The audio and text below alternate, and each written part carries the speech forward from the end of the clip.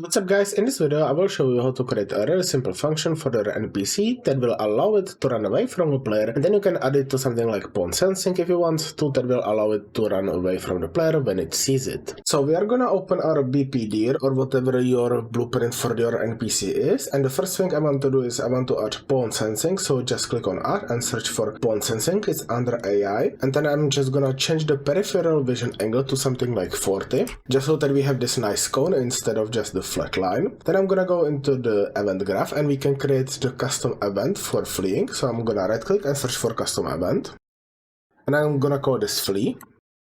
Now if you want to, we can create a variable and I'm gonna call this fleeing, and I'm gonna leave it as boolean, and we can just get a branch, plug it into flee and plug fleeing as a condition into it, and this way it's not gonna start fleeing if it's already fleeing, but you can also skip this if you want to. Then we are gonna right click and search get actor location.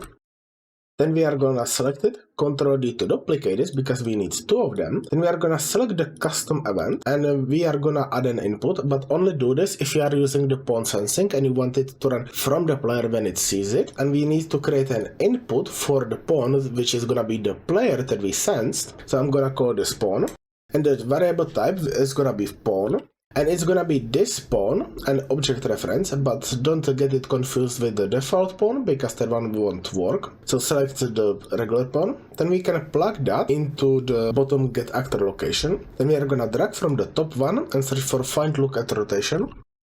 We're gonna plug the other return value into the target, then we can drag from it and search for get forward vector. And then we can drag from the return value and multiply that. But we need to multiply it by float, so right click on the pin and convert it to float. I'm gonna drag from it and I'm gonna promote it to variable and call this flee distance. Now on top here, we can get our character movement. We can drag from it and search for set max walk speed. Plug that into false of the branch if you are using it. Then from the max walk speed, I'm gonna drag out. I'm gonna promote it to variable and I'm gonna call this flee walk speed, because we want to set the walk speed higher than usual because it's gonna be running away from our player. Then we need to get AI controller from the controlled actor and search for self. And from the return value we are gonna drag out and search for move to location or actor.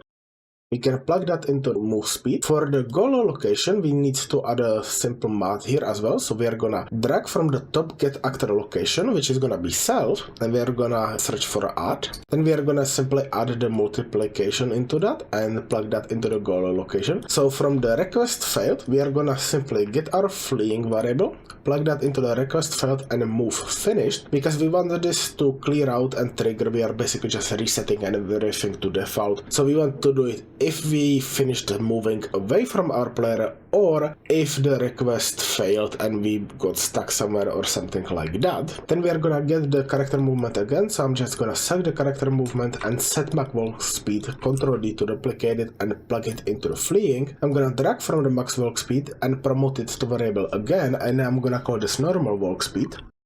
And then at the end, if you follow the last video where we created the go to random location event, we can call this here as well, so that after we are finished running, we can just go back to roaming. Now we can set this variable, so I'm just gonna compile save this. So for the fleeing, we are gonna just leave it as false by default. For the flee distance, this is important, we need to set this in a negative, because if we set it in a positive, it's gonna run directly to our player. So I'm gonna set this to like negative 5000, but you can obviously set it to whatever you want and play around with it. For the flee walk speed, I'm gonna set it to around 900 or so, but you can change it again as you want to. Some enemies are probably gonna be faster, some slower. And for the normal walk speed, I'm gonna select the character movement component, go into the walking and check max walk speed that is using by default, which is 600 here. So I'm just gonna set it to that since I want it to just default to the base one. And then we can just compile and save this, and that's it for the event itself. And the way it works is very simple. First we are gonna be checking if we are already fleeing, since we don't usually want to flee while already fleeing. Then for the get actor location, we are basically just getting the location of our NPC and the player or whatever pawn we sensed. Then we are checking the rotation based on where they are looking, and then we are getting the forward vector. Basically just we want to, it's kind of like when we created the interaction event and we are using castle in line trace per channel. Basically we are just trying to get the forward vector cast away from it. That's gonna be the distance, and then into that distance we are gonna be running, and then we are just adding it up to our actor location, and then we are basically just using the move to location or actor to send our actor